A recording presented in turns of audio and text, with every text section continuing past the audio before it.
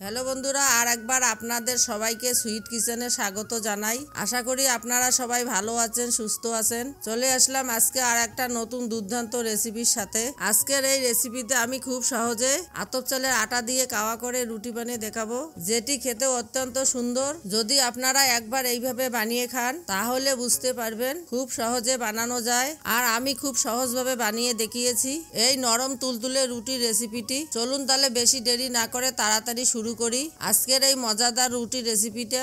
একটা কড়াই বসিয়ে দিয়েছি, সাথে কড়াইয়ে 1 লিটারের মতো পানিও দিয়ে দিয়েছি। পানিগুলো দেওয়া হয়ে গেলে এখানে হাফ কাপ সাদা তেল দিয়ে দিব। তেলগুলো দেওয়া হয়ে গেলে স্বাদ অনুযায়ী লবণ দিয়ে দিব। এখন পানিগুলোকে ভালো করে গরম করে নিব।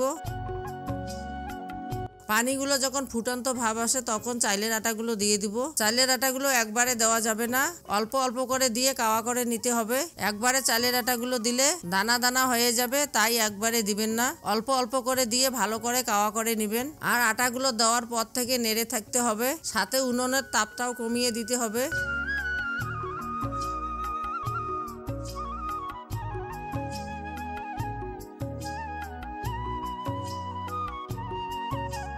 কাওয়াগুলো কিন্তু বেশি শক্তও করা যাবে না, আবার বেশি নরমও করা যাবে না। 5 মিনিট হয়ে গেলে কাওয়াগুলো একটা প্লেটে নামিয়ে নিব।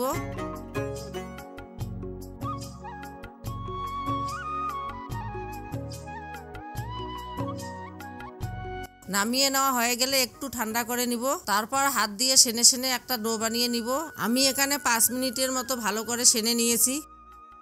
ডোটা আমি একটা গামলায় নিয়েছি, সাথে এখানে কিছু শুকনো আটাও নিয়েছি। এখন ডোটা থেকে ছোট্ট লেচি কেটে নিব। লেচি কাটা হয়ে গেলে ভালো করে বেলে নিব। বন্ধুরা, আপনাদের কাছে ছোট্ট একটা রিকোয়েস্ট থাকলো, আপনারা যদি চ্যানেলে নতুন এসে থাকেন তাহলে অবশ্যই চ্যানেলটিকে সাবস্ক্রাইব করে দিবেন, সাথে পাশে থাকা বেল আইকনটিও অল করে দিবেন। তাহলে আমার নতুন নতুন ভিডিও সবার আগে পেয়ে যাবেন। আর আপনারা যদি ভিডিওটা ফেসবুকে দেখতেছেন তাহলে ফেসবুক পেজটিও ফলো করে দিবেন। সাথে ভিডিওটা যদি একটুও ভালো লেগে থাকে তাহলে ভিডিওটা তো একটা লাইক করে দিবেন।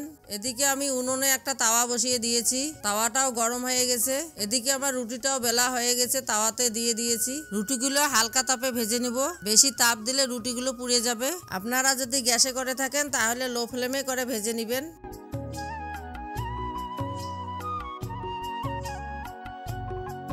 এদিকে আমি রুটিগুলোকে তাড়াতাড়ি করে বেলে নেই। বন্ধুরা, প্রথমে আপনারা রুটির ডোটাকে ভালো করে সেনে নেবেন। ডোটা আপনারা যত সেনে নিতে পারেন ততই রুটিগুলো ফুলকো হবে, সাথে আরো বেশি নরম তুলতুলে হয়ে যাবে, আর খেতেও অসাধারণ লাগবে। তাই আপনারা রুটির ডোটা যতই পারবেন ততই সেনে নেবেন। ভালো করে সেনে নিলে এইভাবে ফুলকো ফুলকো হয়ে যাবে রুটিগুলো। আমি তাড়াতাড়ি করে রুটিগুলোকে ভালো করে ভেজে নেই।